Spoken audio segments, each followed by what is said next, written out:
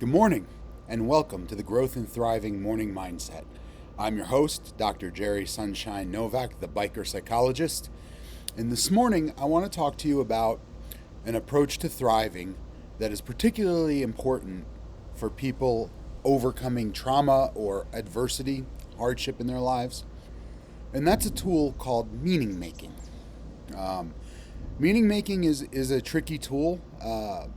However, it's incredibly powerful, and for those who have overcome trauma or dealt with PTSD and are working toward post-traumatic growth, meaning making is one of the linchpin tools, one of the linchpin approaches to growing from trauma, from past adversity. Now, what makes it tricky is that it requires, typically, meaning making requires constant exposure to your trauma, to whatever it was, your adversity that you lived through. And for people who are early on in the stages of healing, people who are still maybe dealing with PTSD and suffering from symptoms, they may not be ready for this type of exposure yet. This usually comes further down the line after PTSD type symptoms have remitted or reduced to the point that they're no longer causing severe limitation in your life. But for those people who have overcome severe PTSD symptoms, or maybe those who have never had PTSD but have dealt with hardship and adversity, meaning making is the rocket fuel that thrusts you from baseline, from functioning okay, into thriving, into growth and thriving. And so, specifically, what meaning making is finding a way to infuse what you've lived through with some sort of meaning in your life. For people who have a spiritual practice or a religious practice, they may believe that everything happens for a reason and that there's meaning inherently in their suffering, and therefore meaning making is a process of uncovering that meaning, of discovering it. For other people, some folks don't necessarily believe that the things they live through are preordained or that they happen for a reason. Some people tend to think that the universe is kind of random, in which case you can create meaning or infuse your experiences with meaning. So for those of you who have followed any of my past content on video, anybody who has watched the podcast episodes on YouTube, you'll notice that I frequently rep my BACA gear, right? BACA is Bikers Against Child Abuse. Technically, it's Bikers Against Child Abuse International.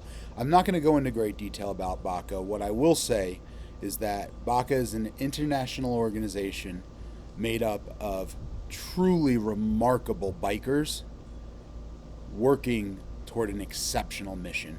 And I'll leave it at that, but I will put a link to the BACA International website on the email today so that you can check them out and see what they do. But I rep my BACA wear a lot, and my what they call soft colors anyway, t-shirts and hoodies and things like that, because my involvement in BACA is a primary way in which I make meaning of my past trauma and past adversity.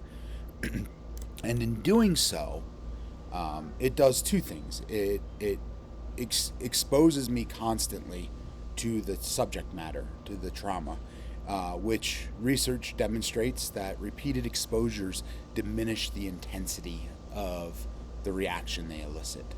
So if you are somebody who was assaulted at some point, some exposure to that assault, or if you were a veteran who was in combat and watching a war movie, for example, might create a powerful response in you.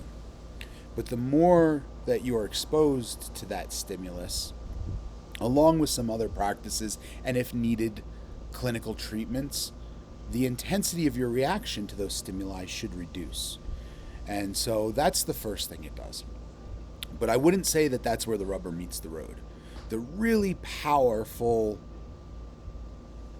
jet fuel, like I said, the power in meaning making is that it changes the narrative. So my involvement in Baca changes the fact that maybe I was helpless or a victim, or um, that I was traumatized, and allows me to take the experiences, the strength I developed, my empathy, my understanding of people in similar circumstances, and allows me to help them.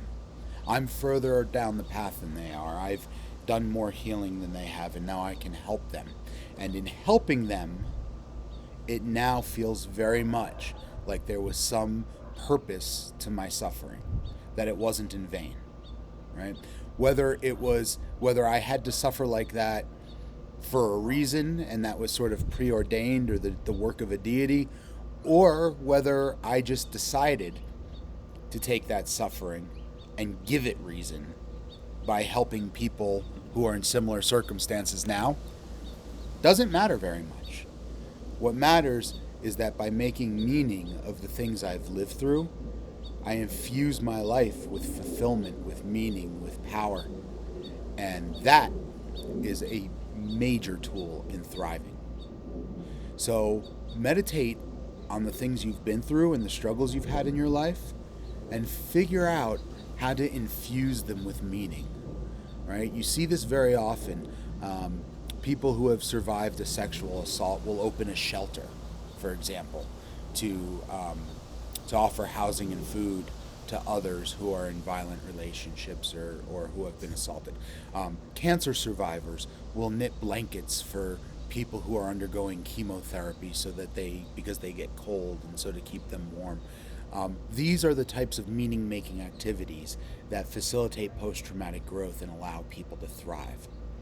So as I said, sit with the things you've been through and see if you can't figure out how to volunteer your time, or how to create a non-for-profit, or even how to it doesn't have to be non-for-profit. You could do it for a career and make a living.